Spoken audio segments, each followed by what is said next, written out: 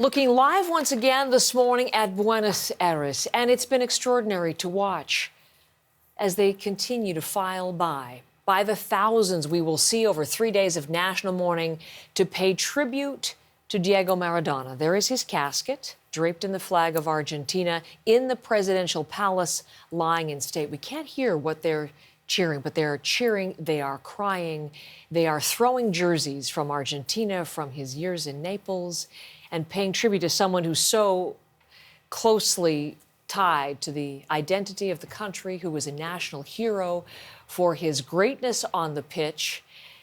Nobody forgetting the flaws in his life away from soccer, the addictions, and the many personal struggles, but they are remembering him as someone who was one of the greatest figures ever in their history and paying tribute to that, and particularly to the 1986 World Cup win. So it's been extraordinary to watch the scenes in Beunos Aires and to see the tributes, but it's not just there. There's the outside of the palace, by the way. The years he played in Naples, they are also remembering there. Here's some scenes from earlier this morning. They're already talking about renaming that stadium. And all generations, fans leaving messages and tributes and flowers and paying respects as well to the stadium in which he played and where he really helped change soccer in the south of Italy as well. Napoli, perhaps not as glamorous a club as Turin or as Rome, but he made it so when he played for that particular football club. I mention Rome because all of Italy really is thinking about Diego Maradona, and Megan Williams is live right in front of Rome Stadium for me.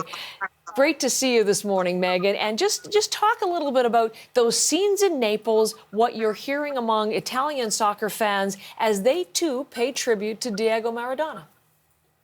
Well, you know, as you say, Heather, Maradona is being mourned all over the world, especially in Argentina and in Italy, and nowhere more passionately than in Naples, which is the team that he played for much of the 80s into the early 90s. He went there. I mean, he could have gone anywhere in the world. He was playing for Barcelona at the time. He went to Naples. And in many ways, that city reflected who he was. He came from a poor family. He was theatrical. He was mischievous. He was incredibly talented. And he was human. As you mentioned, he had struggles with drug addictions even before coming to Naples. He was a larger-than-life, incredibly talented player.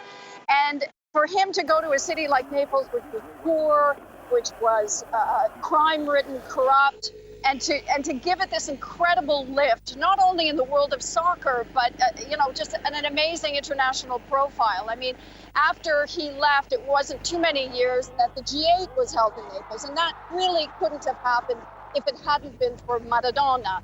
And you know, he's known in Italy as a geniale player. He's a genius player, and in many ways, the style of his playing reflected an Italian imagination, if you will, the incredible creativity on the field. He was one of the few players. I mean, soccer obviously is a team sport, but he was one of the few players who could make a game all by himself. And he was also a player who was targeted very much in the way that Wayne Gretzky was in hockey. He was so talented that he was targeted by other players who would trip him. And he was incredibly fair. He was incredibly balanced about that. He never overreacted. He had, you know, a very happy character. And I think the most amazing thing about Maradona is not only those games, but watching him in practice. And players who played with him said, you know, the world saw just a tiny sliver of Maradona's title. Like so much of that joie de vivre and the love of the game came out in practices where he just did amazing acrobatic moves. And it's such a loss to Italy and Naples.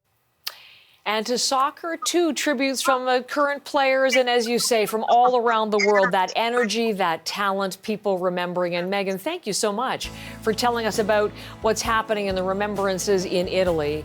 Back to the live shots again in Beunos Aires as you see the people file. It's been, I would say, 99% men.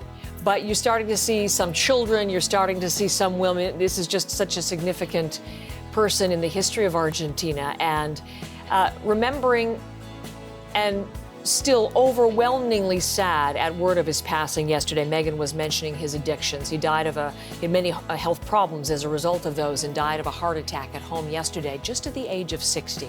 But there it is, the lineup that continues and will for the next 3 days of national mourning for the soccer hero Diego Maradona.